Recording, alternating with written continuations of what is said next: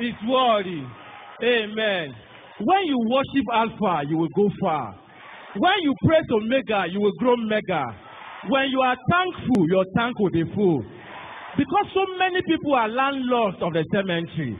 Lords are tenants of the mortuary. Many more are candidates of obituary. But we are worshippers in a sanctuary. Because his love has been keeping on right from January.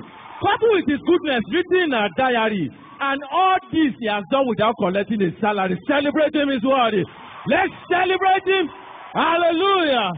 Celebrate him is worthy. Hallelujah. Amen. Mommy, it's a great privilege. Hallelujah. Please, I was expecting to see, this is the first time I'm privileged to meet you, but I was expecting to see old Mama, but you are alone. Mommy is looking sweet. Let's celebrate our Mama in the house. Thank you for this privilege. Hallelujah. The Bible says, unto us a child is born, unto us a son is given. Government shall be upon his shoulder. His name shall be called Wonderful, Counselor, the Everlasting Father, the Prince of Peace. In my little discovery, I call him Arugbo Ojo, that is greater than Obasanjo. It's Oba Iku that is far better than Atiku. Oba Tingbo Adura, even after the death of President Yaradua.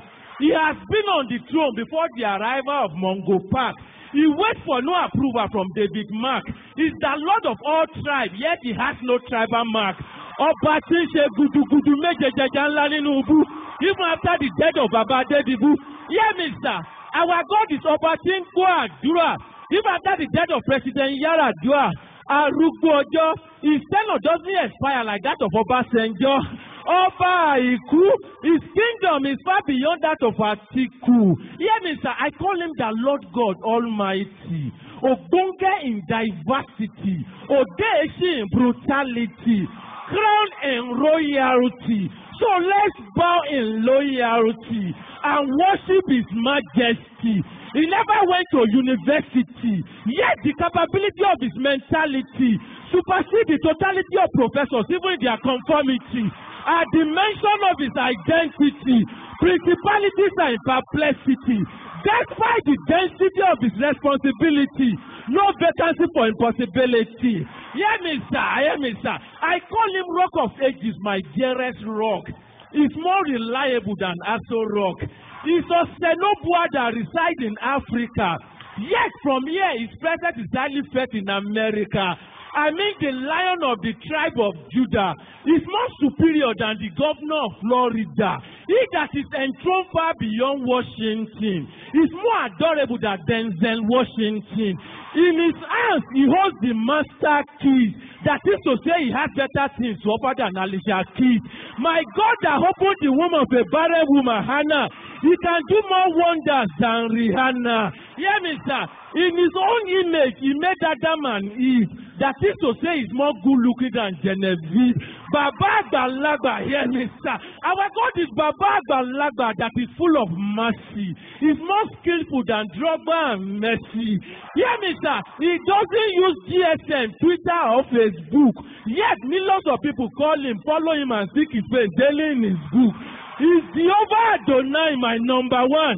He responds faster in time of trouble than 911. Ancient of days that uses no Google. Yet it is wider and faster than Google. Hear me, sir. Mommy, I call him the Lord God Almighty that can never be compared with Donkamighty. Our God is original rugged Dibaba. He's more humorous than Nibu and Libaba.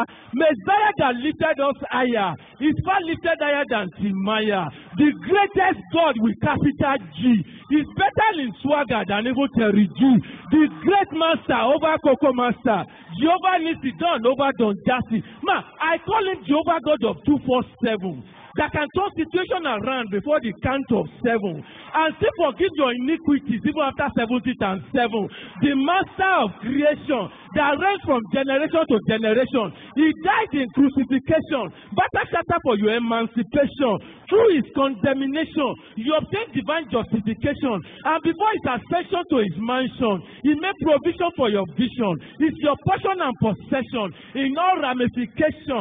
The God of your commission that foreknew you even before the creation. Nothing like omission in his his mission. Your present help in every situation that lifted you from a place of opposition and set your feet on a higher position.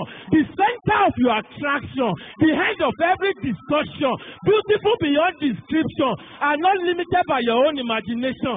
That is why I want to tell you in 2014, hear me, your help may not come from abroad, but surely from above. Because it is not by merit, but by mercy. It is not by class, but by Christ. It is not based on government policies, but on God's promises. Not by university degree, but on God's decree. Hear this, hear this, hear this, hear this, hear this, hear this, hear this, hear this, hear this, hear this. He that can recharge you without charging you with any charge. He can give you more power than Jack Bauer in 24 hours. So that's above any tower. For there is no light so pattern, shatter, or scatter that he cannot gather and put together. Mommy, sir, the Lord, the Bible says, I will lift up my eyes to the hill. From where cometh my help? Hear my own version. Your help cometh from the Lord. The Lord God, able, stable, and unbeatable. He will never suffer your feet to tremble. For he that keepeth you will never fumble. Though rebels may gather round your table, no shaking, they will surely stumble and brutally crumble. For Jehovah God is most reliable. In him you overcome every trouble. Though your today may seem humble or tumble, no shaking, your tomorrow is made palatable. For our God is ever able and available to make you stable, even when you stumble, never ever to crumble. That is why I say, aspire to acquire your desire which you admire. If by the road you perspire, do not retire, but refire to acquire your desire which you admire. Because in Isaiah, even in Jeremiah, Nehemiah, Obadiah, Zephaniah, and Zechariah, it is the desire of Messiah to grant your heart desire. So when you aspire to acquire your desire which you admire, hear me, sir. So when you aspire to acquire your desire which you admire, expect to perspire. But when you get tired, do not retire, but look up to Messiah and will rekindle your fire, and never will you go away. Shout hallelujah! Celebrating! Celebrating! Celebrating! It's worthy. Hallelujah! Amen. Amen. Thank you, mommy. Hallelujah. I'm glad to announce to you that everything you've heard so far and many more are packaged with CD and they are with the usher. Grab your Thank copy you. now. Wow. Thank you. Hallelujah. Hallelujah. If you enjoy Jesus in the house,